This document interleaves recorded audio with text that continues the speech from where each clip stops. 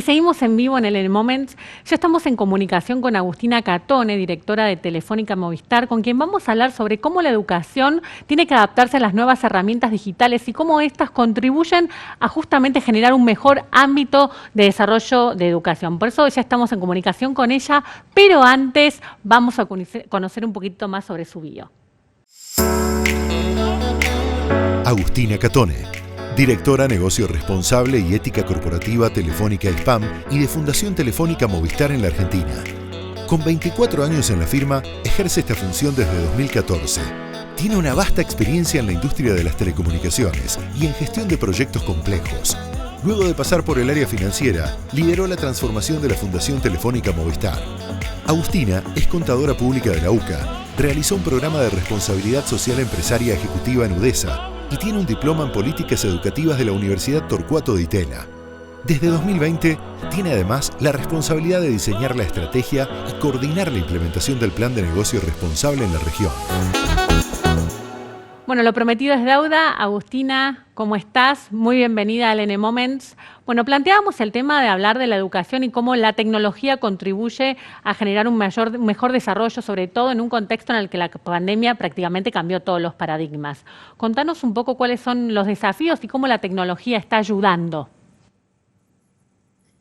Bueno, la pandemia atravesó todos los ámbitos de la vida y de la sociedad, ¿no? La educación no estuvo exenta y creo que además fue un área donde particularmente la pandemia hizo un toque diferencial. Y me preguntás, no es que la educación a partir del 2020 se conectó con la tecnología o descubrió que la tecnología era una herramienta, sino que se venía trabajando ya hace un par de años con esto de cómo la tecnología iba acompañando a la educación en la transformación digital o cómo la educación acompañaba la transformación digital a través de sus procesos.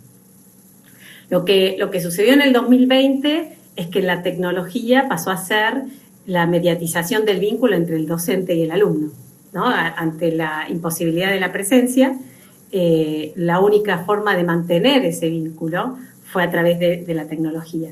Y ahí es donde toma una importancia, una relevancia distinta y adicional, donde ya no importaba solamente si tenías dispositivo o no, la conexión, sino cómo la usabas, para qué la usabas, en qué ámbitos la usabas.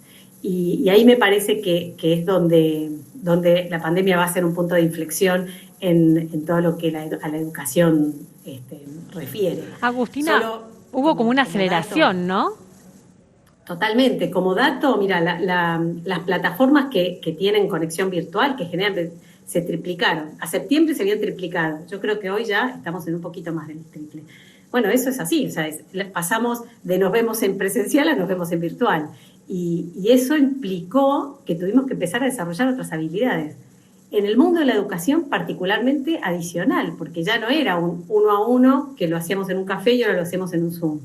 Era un docente con 50 alumnos con 50 realidades distintas, ¿no? Estaba el que tenía el acompañamiento de los padres, el que no lo tenía, el que tenía un espacio privado para tener ese vínculo educativo, el que no lo tenía, el que lo compartía con hermanos, con familiares.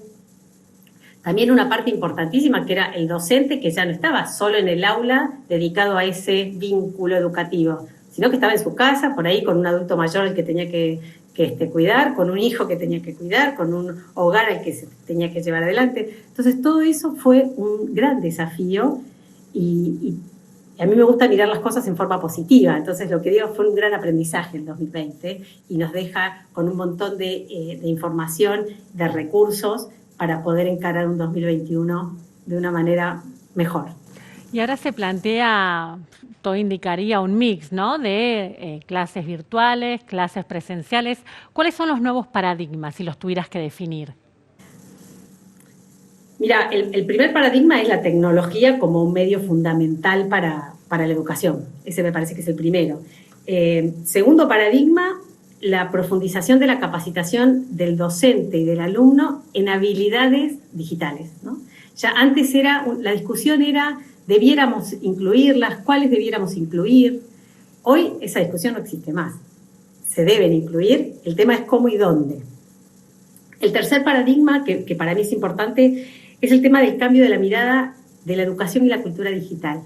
Quienes estamos en esto hace muchos años, vivimos muchos años participando de foros donde se hablaba de para qué la tecnología en la educación, es útil, ¿no?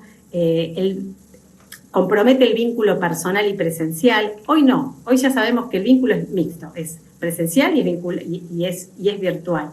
Y me parece que esa mirada es la educación con la digitalización, ¿no? Con un montón de cosas que venían trayendo y la digitalización como parte de la educación. Y el cuarto paradigma, que es más para toda la sociedad, pero que en la educación se profundiza, tiene que ver con el trabajo en alianzas. Ya plantear la tecnología como algo particular, específico, y no como algo que se trabaja en alianzas, donde cada uno aporta lo que puede aportar, lo que tiene, lo que mejor hace. Ese me parece que es uno de los paradigmas más importantes que deja este 2020 y en el que tendremos que profundizar. En el 2020, por ejemplo, pusimos desde la Fundación Telefónica a disposición de los ministerios sociales y del Ministerio Nacional todo el contenido que teníamos. Nosotros veníamos hacía 10 años trabajando en contenido de educación y uso de tecnologías, ¿no? Bueno, en el 2020, algunas que otras participaciones anteriores o colaboraciones anteriores que habíamos tenido se profundizó y pusimos a disposición, y de hecho todo nuestro contenido de nuestra plataforma está en las plataformas de los ministerios de educación.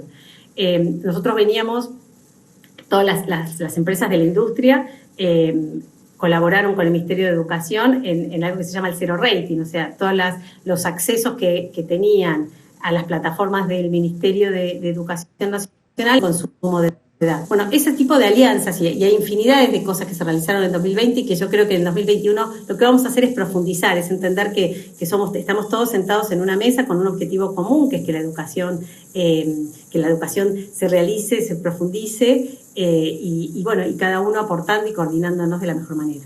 Y en este contexto, ¿cuáles fueron las herramientas digitales que se generaron tanto para los maestros como para los alumnos?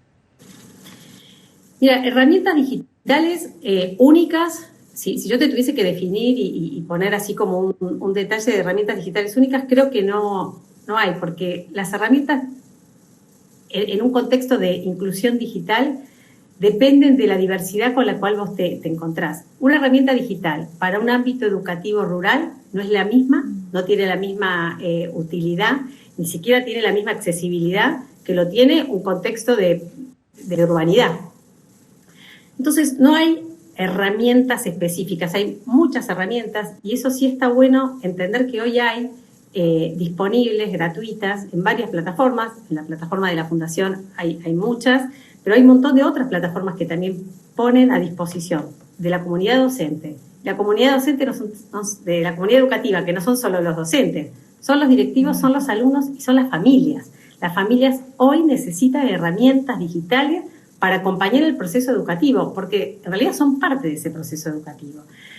Nosotros en estas herramientas que te venía diciendo que venimos compartiendo durante todos los años, este año, a partir de febrero, lo que vamos a hacer es lanzar un programa anual de formación para docentes, en el entendimiento que la herramienta que hoy se necesita no tiene tanto que ver con el contenido, sino en cómo usar ese contenido, dónde acceder a ese contenido y cómo interactuar y cómo profundizar el vínculo docente-alumno-familia a través de esas herramientas digitales, que son varias. O sea, puede ser un taller de programación, tiene que ver con el armado de una currícula digital, puede haber, no sé, entender el Big Data, pero básicamente hoy ya no es tanto contenido, sino más que nada las habilidades para desarrollar esos contenidos o para usar esos contenidos.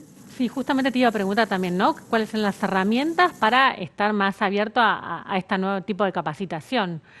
¿Hay algún tipo de herramienta en el que estén trabajando?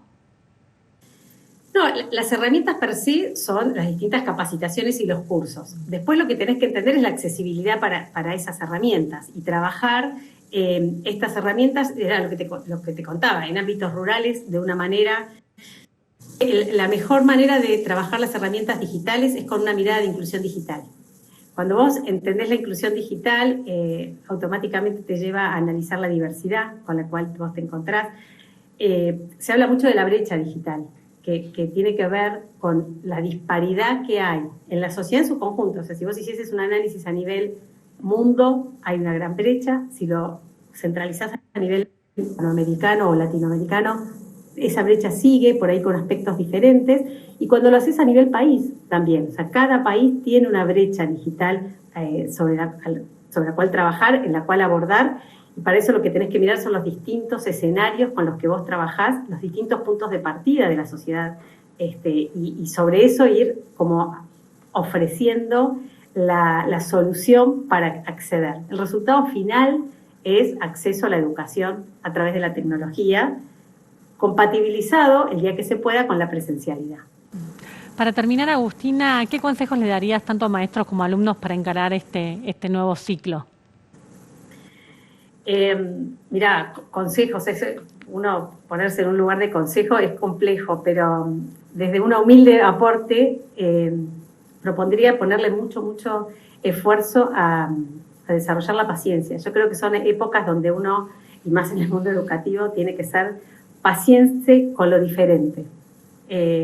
Observarlo, acompañarlo y ir evolucionando junto con esos cambios que te van rodeando.